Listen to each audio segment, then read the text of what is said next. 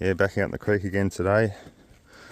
We're going to keep going at this buried log that I found, which I believe to be the old timer sluice setup that they had in this 1850s creek in the gold rush. So I'm going to try and expose a bit more of these logs. I'm going to have to move a fair bit of material before I go any further into this way, because I have to have somewhere to put it when I dig it out. So last week we got the 0.16, which wasn't bad, from 6 buckets.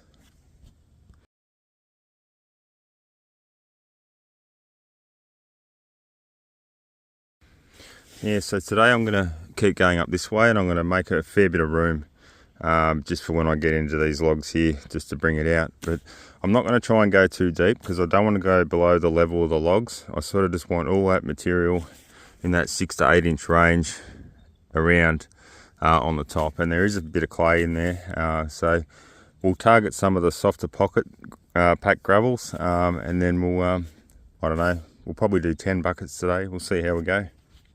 Get into it. Yeah, so I done about 3 buckets out of here now, so I'm just clearing it out, making some room so I can start going and following this log in here. It is pretty mineralised, a lot of clay in there as well. You can see it's pretty red. I have done a test pan, I've got a couple little specks. I do want to go up this way a bit more too, and out here, just to give me more room, just to pull the material out. I did a bit of research on this creek.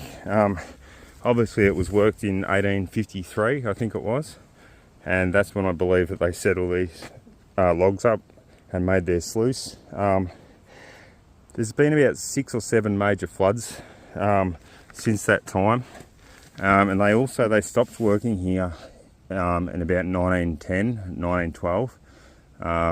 So they only worked it, well, they worked it for a few years, but I'd say the gold started to run out. But there was a major, I think the biggest flood event was in 1917 here, and so it would have disturbed all their diggings for all over the years, and just brought them all down. And then we've had probably 3 or 4 major floods after that. So I'd say every few inches is a major flood event in what I'm digging. So I've got to sort of keep an eye on what levels to dig at, and sort of keep them separate, just so I know which is the best pay layer. You know, is it early on or is it later on? You know, because you get a lot of erosion up the top, and banks would fall out, and then that releases the gold into the creek. So I'm just going to be mindful of what's in what bucket, and as I said, I will do the different levels. All right, we'll keep going. Yeah, so I've finished up digging for the day now. I ended up doing 12 buckets, which is a couple more than I normally do. I usually stick to the 10. Purely because I got stuck into this side a bit, and I did a bit of testing in there, and I didn't get a speck at all in my test pans, so I've probably wasted a few buckets there. So that's why I did a couple extra, and I was just targeting this area in here, which is very mineralised. A lot of grey clay up in the top. It seems to be really soft, that grey clay, and it's still pretty wet just from the waterline of the puddles above.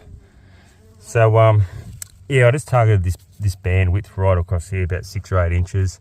I've got them in separate sections. So I've got this lower section in a few buckets, and then I've got this higher sort of belt section, I'll call it, in about another 4 or 5 buckets. So we'll go wash them up now.